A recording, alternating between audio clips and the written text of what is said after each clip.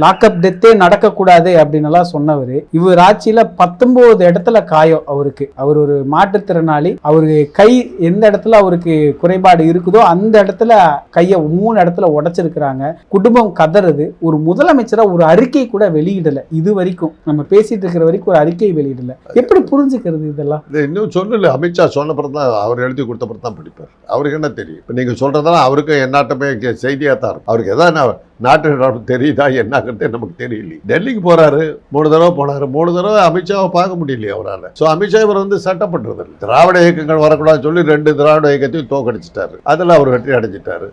விளைவு நம்ம இந்த மாதிரி ஒரு கட்சிக்கிட்ட நம்ம மாட்டிக்கிட்டோம். இது எல்லாரும் சொல்றது தான்.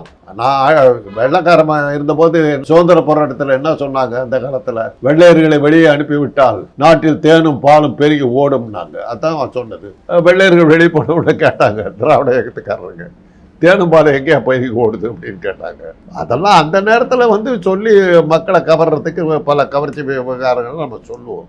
என்ன கேட்டால் ஸ்டாலின் செஞ்ச பல நல்ல திட்டங்களை கெடுக்காமல் இருந்தால் போதுங்கிறது தான் இவங்க கிட்ட நம்ம எதிர்பார்க்கறது. அதையே கெடுத்துருவாங்க போடுறது.